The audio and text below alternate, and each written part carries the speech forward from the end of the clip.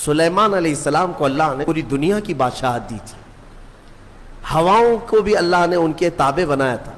ایک دن حضرت سلیمان علیہ السلام نے اللہ کی بارگاہ میں یوں عرض کیا کہ مولا، ایک دن میں تیری ساری مخلوق کی دعوت کرنا چاہتا ہوں، اپنی طرف سے ساری مخلوق تیری جتنے بھی ہیں سب کو میں ایک دن کھلانا چاہتا ہوں، اس میں پرندے بھی، کیڑے بھی، جانور بھی، جنات بھی، مچھلیاں بھی، انسان بھی، ساری مخلوق جو جو کھاتے ہیں سب کو ایک دن میری طرف سے دعوت۔ اللہ تعالیٰ نے فرمایا ٹھیک ہے سلیمان تم کھلاؤ۔ اب سنو، حضرت سلیمان علیہ السلام سمندر کے کنارے، بہت بڑی زمین، جہاں تک نظر ڈالو خالی زمین تھی، اس کو منتخب کیا اور 1 مہینے سے وہاں تیاری شروع ہو گئی۔ ہر طرح کے کھانے وہاں پر جمع کیے جانے لگے، اناج سب کے الگ الگ، پرندوں کے الگ، جانوروں کے الگ، جنات کے الگ، مچھلیوں کے الگ، جس کا جو رزق چلتا تھا دنیا میں جتنے لوگ ہیں سب کی دعوت تھی ایک دن، اور پکایا بھی جا رہا تھا۔ وہ اللہ کے نبی تھے اور پکاتے رہے، اور جس دن دعوت کا آیا نا، اعلان ہو گیا تھا کہ سارے لوگ آج اللہ کے نبی سلیمان علیہ السلام کے ہاں کھانے کے لیے چلیں گے۔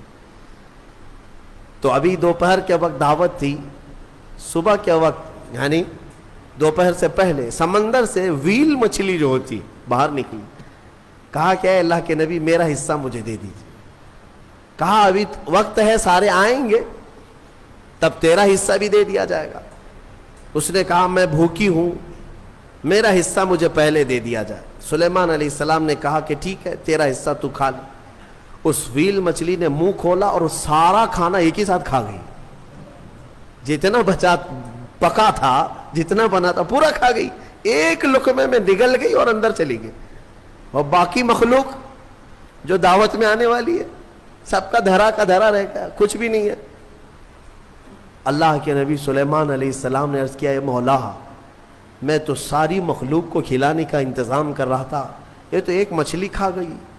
رب تعالیٰ فرماتا اے سلیمان، اس مچھلی کو اس طرح کے دن میں 3 بار میں لقمے دیا کرتا ہوں، اور وہ ایک نہیں، سمندر میں لاکھوں کی تعداد میں اس کے برابر مچھلیاں ہیں، ان سب کو میں دن میں اتنے لقمے دیتا ہوں، اور باقی مخلوق تو باقی مخلوق ہے۔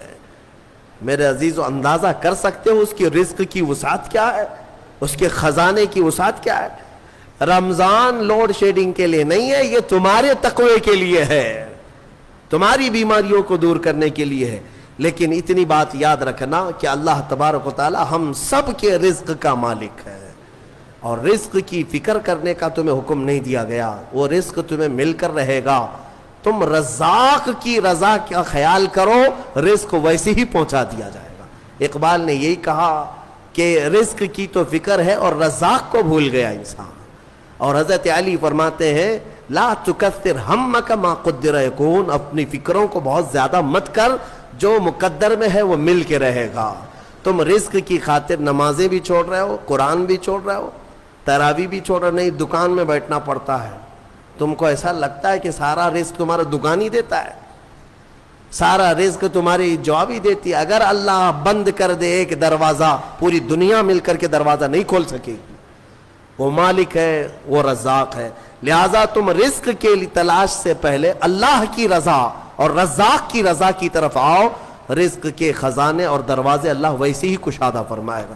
مولا کریم محتاجی سے ہماری حفاظت فرمائے۔